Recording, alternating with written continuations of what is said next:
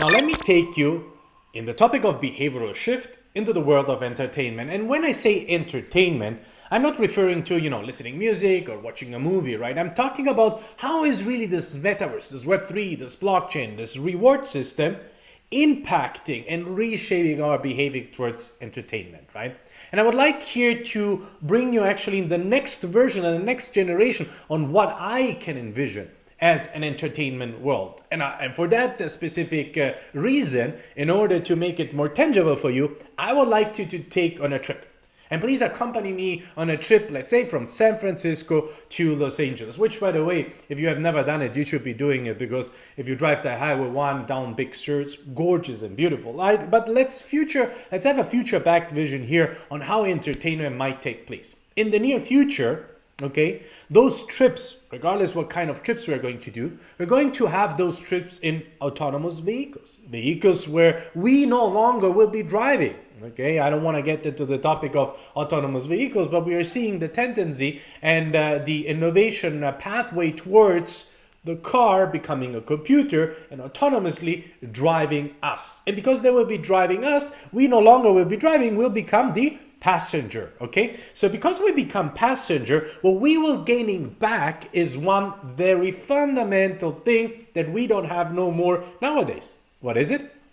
Time. So as a passenger, we'll be having more time with those autonomous cars. And with the time, we can do in these trips whatever we can do, what is offered us to do, to shop, to learn, to be entertained. Now, in combination, now imagine you are in the cabin of this car, right? And this future car, this futuristic car, where you are no longer driving because it's autonomously driving you from point A to point B, will allow you in the cabin, right, to have an experience that goes beyond what we understand and what we know today within a cabin, right? We will be having augmented realities experiences built in, right? That if you say you would like to learn something, for instance, or watch a movie, you will watch it in a more holographic way within the cabin, because the cabin will be constructed in a way that these kind of experiences will be possible. Or you would be also having your seats, right, and sensors in your seats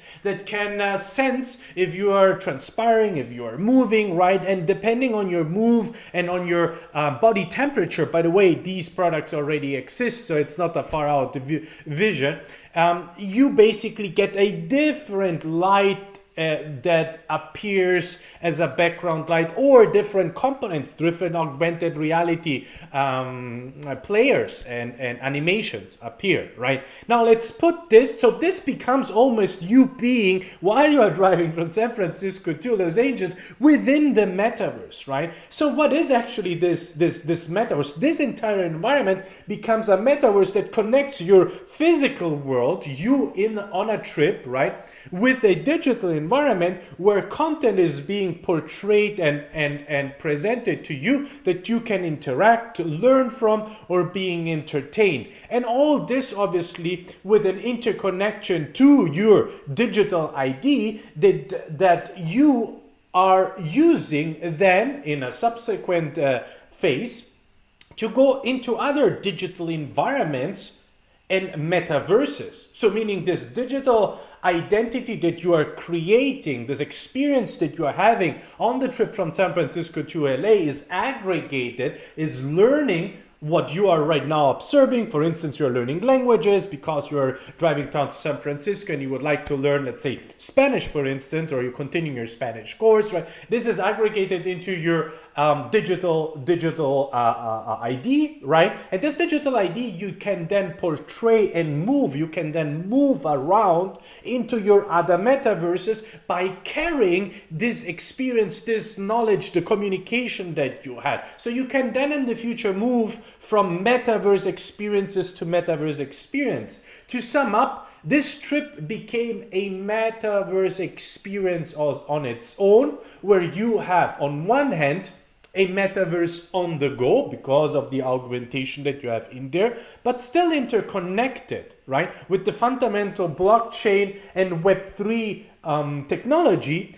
which collects the information of what you experienced in that moment, what you learned in that moment, what you felt in that moment, so that your identity, which is the central part of this digital world, which is the central part of the Web3, right, can then move with more experiences into other metaverses. I envision a world in which within the next 10 years, regardless if we are moving, we are sitting, we are commuting, we will be having an additional layer of information, an augmented layer of information on top of the physical world, regardless of what we are looking at, okay? And this will basically then feed and contribute towards the identity, the decentralized identity, our identity in the metaverse, that we then can smarter or with more information move this identity to identity. And with that,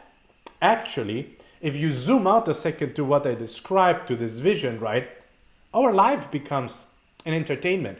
Because regardless if you are on the go, if you are commuting again, right, or if you are learning, everything is fed to you on top of the real world, and you can blind out and blind in whatever you need in this moment, what you feel to have accessed, right? And the beauty of that is that whatever information we collect and experience we collect, we own that. So we are now no longer like in Web2 contributing towards the entertainment or spending our time and not getting anything in return except the entertainment factor. But now we are part of this entertainment world, okay?